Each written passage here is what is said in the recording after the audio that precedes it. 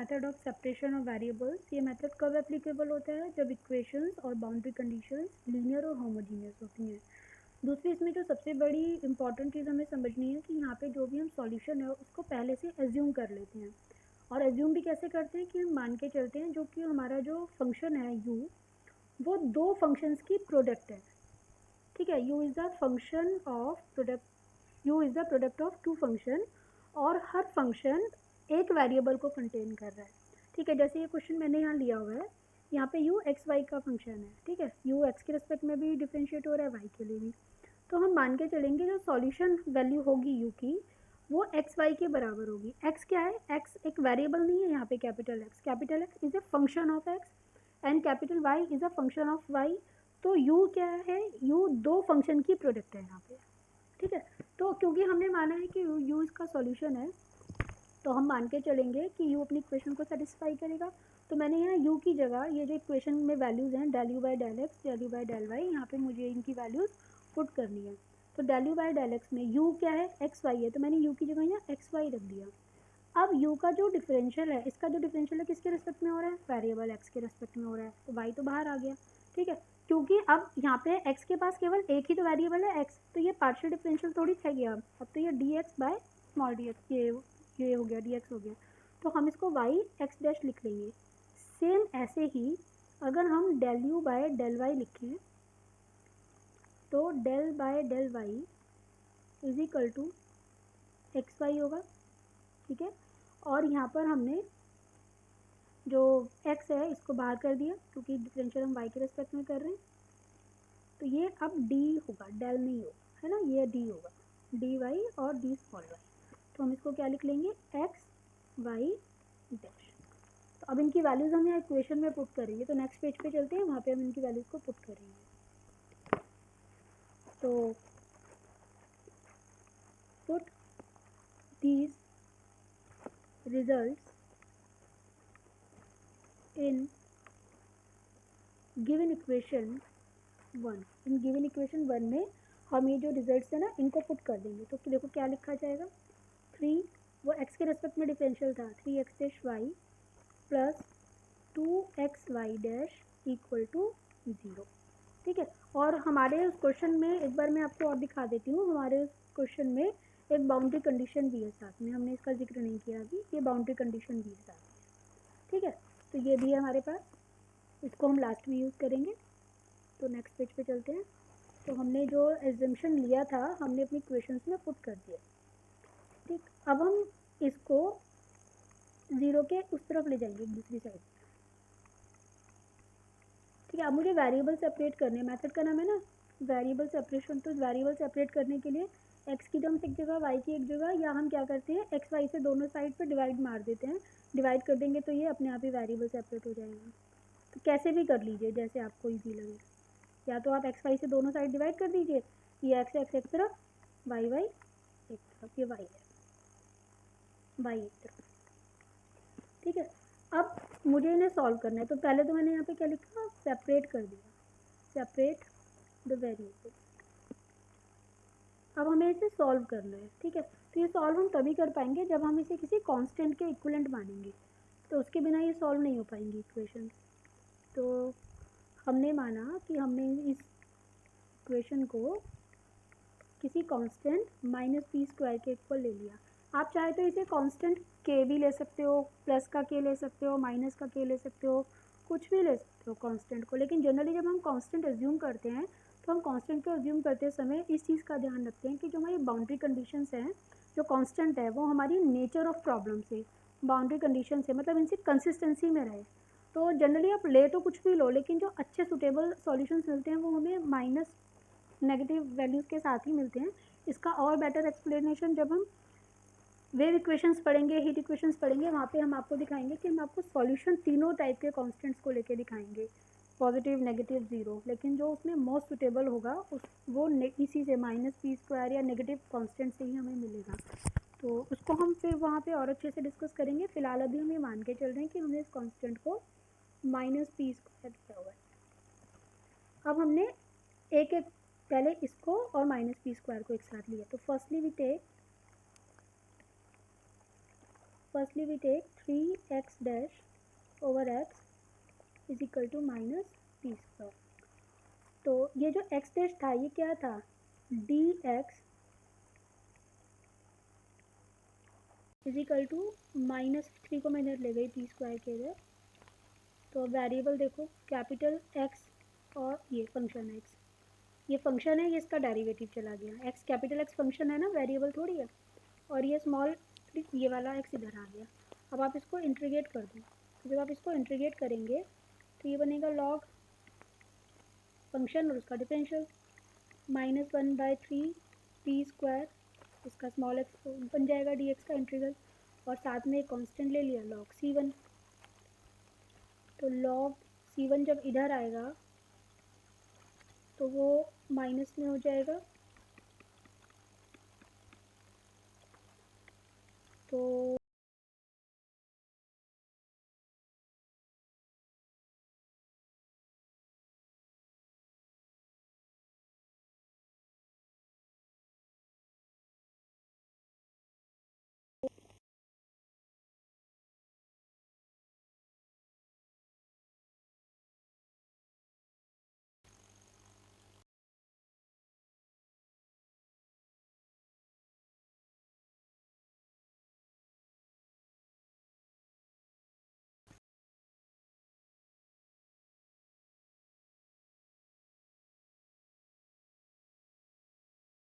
हो जाएगी।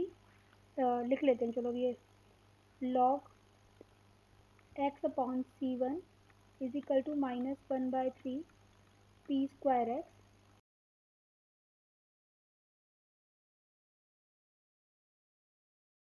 आ जाएगी। ये लॉग हटेगा तो उधर ई चला जाएगा, तो x is equal to c1 e की पावर -1/3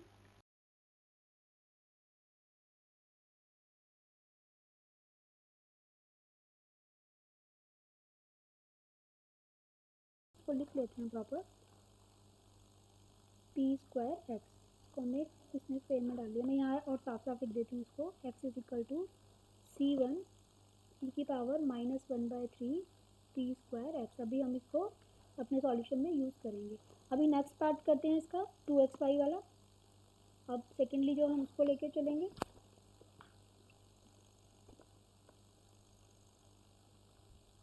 सेकेंडली हमने लिया -2y dash over y is equal to minus p square. तो 2 से 2 कैंसिल, ये 0 से 0 माइनस से माइनस चला गया, और y dash y is equal to 1/2 p square. और हम इसको ऐसे लिख सकते हैं dy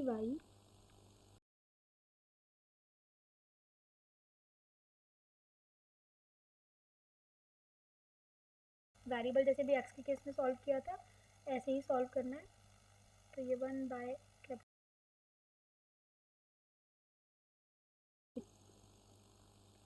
हाफ पी स्क्वायर। तो y का y है और उसका डेरिवेटिव फंक्शन y नीचे और उसका डिफरेंशियल ऊपर है 1/2 पी स्क्वायर, और यहाँ ये dy आ गया।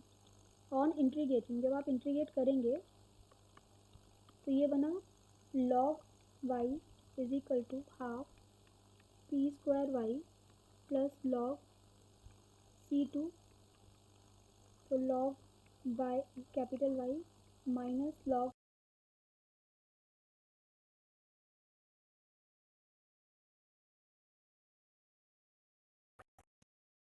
Equal to half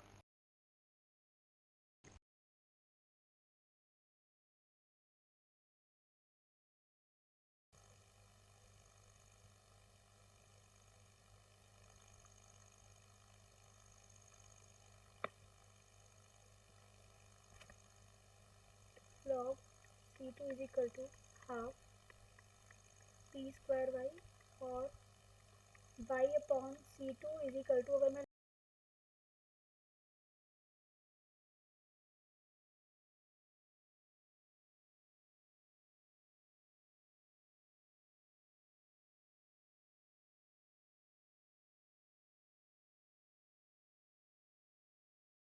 square y e की power half p square y और capital y is equal to C2 e की power half p square y. तो ये वाई की वैल्यू आ गई। ठीक है, अब हमारा जो सॉल्यूशन था, नेक्स्ट पेज पे चलते हैं। सॉल्यूशन जो था हमने क्या माना था, u is equal to x and t. तो x और t की जो वैल्यूज़ आई थी वो हम अब लिख लेते हैं। तो x की और t की जो वैल्यू थी उनमें एक तो हमारे पास कांस्टेंट थे C1 C2, एक जो हमारे पास x की टर्म्स में आई थी वो आई थी -1/3 पी स्क्वायर एक्स, और एक अभी हमारे पास जो y में आई है हाफ पी स्क्वायर वाई। ठीक है, तो ये जो C1 C2 कांस्टेंट है, इनकी प्रोडक्ट भी कांस्टेंट ही होगी। तो हम इसको किसी दूसरे कांस्टेंट से चेंज कर लेते हैं, है ना। हम इसको a बोल देते हैं, where a is the C1 plus C2, और ये जो e की पावर्स हैं इन्हें भी ऐड कर लेते हैं। तो -1/3 एक्स प्लस 1/2 वाई, और पी स्क्वायर दोनों में ही आ रहा है, तो पी स्क्वायर हमने बाहर कॉमन ले लिया। तो ये हमारे पास जो आया, ये यू का आंसर आ गया। अब स्टार्टिंग में हमें कंडीशन गिवन थी, वो कंडीशन थी यू वो कंडीशन थी u(x0) is equal to 4e की पावर -x। मतलब इस कंडीशन को अगर हम देखें तो इस कंडीशन में अगर मैं t को ज़ीरो कर दूं, ये सॉरी y को, हमारा ये y था क्वेश्चन में, मैंने इसको t लिख दिया, इसको y कर लेते हैं, इधर भी y आएगा ये। तो हमारा जो फंक्शन था ना वो u(x_y) था, शुरू में मैंने t लिख दिया यहाँ पे, और यहाँ पे भी x y आएगा। क्वेश्चन में देखो यहाँ पे हमें ये u(x0) दे रखा है, यानी कि अगर मैं y को 0 कर दूँ तो u की वैल्यू ये हो जाएगी। अब मैं अपने फंक्शन में y को 0 अगर मैं करूँ, तो x को तो ऐसे ही रहने देंगे, मैंने y को 0 कर दिया, तो a e की पावर -3/x, y 0 हो गया तो पूरा 0 हो गया, p square is equal to, और इनका आंसर कितना है 4e की पावर -6। अगर मैं कंपेयर करूँ तो a की वैल्यू तो 4 आ गई, और x के कॉफिशेंट अगर मैं कंपेयर करूँ तो यहाँ पे x का कॉफिशेंट है -1/3 पी स्क्वायर, और यहाँ पे x का कॉफिशेंट है -1, तो पी स्क्वायर की वैल्यू कितनी आ गई, 3 आ गई। तो हमें आंसर मिल गया। हमारा आंसर क्या था, u(x_y) ए e की power -1/3 x 1/2 y P square. तो इसमें की वैल्यू तो 4 हो जाएगी, और e की वैल्यू हो जाएगी -1/3 x 1/2 y और 3। तो 3 से अगर मैं अंदर मल्टीप्लाई भी कर दूँ तो e की पावर हो जाएगी हमारे पास -x और 3/2 y। ये इसका आंसर हो गया, दिस इज द आंसर। तो ये इस तरह से सॉल्व करना है। एक बार हम स्टार्टिंग से देख लेते हैं इसको, प्रीवियस पेजेस पे जाके। सिंपल है, थोड़ा सा आपको लेंदी लग रहा होगा अभी स्टार्टिंग में, पर बहुत इजी क्वेश्चंस है। और अगर आपको मेथड ऑफ ये सेपरेशन वेरिएबल का मेथड समझ में आ गया तो फिर आपको सॉल्यूशन जो आप करेंगे ना, हीट के, वेव के, लाप्लास के, ये बहुत इजी हो जाएंगे समझने में। फिर हमें भी सिर्फ कंडीशन लगानी सीखनी पड़ेगी, बस बाउंड्री और इनिशियल वैल्यू, बाकी बहुत ईजिली आप कर पाएंगे। तो देखते हैं ज़रा सॉल्यूशन एक बार फिर से लेते हैं हम इसका। हमने u को x और y का फंक्शन माना, ठीक है, जिसमें कि x का फंक्शन है, y का फंक्शन है, और x y फंक्शंस हैं वेरिएबल x और y के। क्योंकि हमने इसको सॉल्यूशन माना है तो हम ये मान के चल रहे हैं कि अपनी इक्वेशन को सेटिस्फाई कराएगा। तो हमने इसको x y को यहाँ पुट किया और हमने यहाँ डिफरेंशियल किया, तो y तो बाहर आ गया। अब पार्शियल डिफरेंशियल दो वेरिएबल्स के लिए ना, y तो अलग बाहर चला गया, तो अब एक ही वेरिएबल बचा, तो ये पार्शियल नहीं रह गया अब ये, ठीक।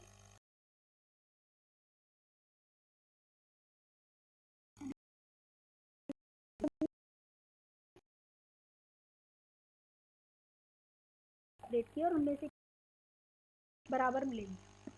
फर्स्टली हमने फर्स्ट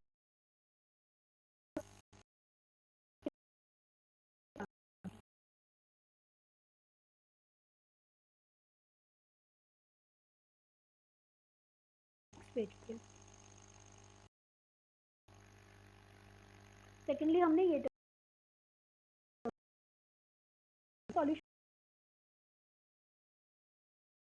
है, तो हम क्या करेंगे, अब हमारा u क्या था, x और y का फंक्शन था, तो u is equal to x y आ गया, तो हमने यहाँ वैल्यू पुट कर दी।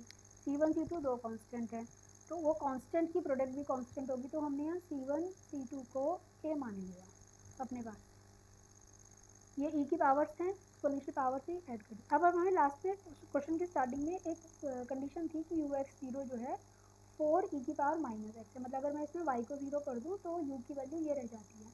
तो जो हमने u की वैल्यू निकाली है, हमने उसमें y को 0 कर दिया, तो हमारी टर्म ये बनी, बुक की टर्म ये आ रही है। तो हमने इन्हें कंपेयर किया, तो कांस्टेंट की वैल्यू तो 4 आ गई, p की वैल्यू यहाँ से पावर को कंपेयर करने पर 3 आ गई, तो वो हमने वैल्यू कर दी और ये हमें आंसर मिल गया। अभी हम एक नेक्स्ट लेक्चर में भी इसके एक या दो क्वेश्चन अभी और लेंगे, तो वहाँ पे भी आपको और अच्छे से क्लियर होगा। लेकिन ये मेथड आपको समझना थोड़ा सा पड़ेगा, क्योंकि इस मेथड के बिना फिर आप जो है हीट के, वेव के, वन डायमेंशन टू डायमेंशन के सॉल्यूशंस नहीं कर पाएंगे, तो इसकी प्रैक्टिस थोड़ी ज़रूरी है।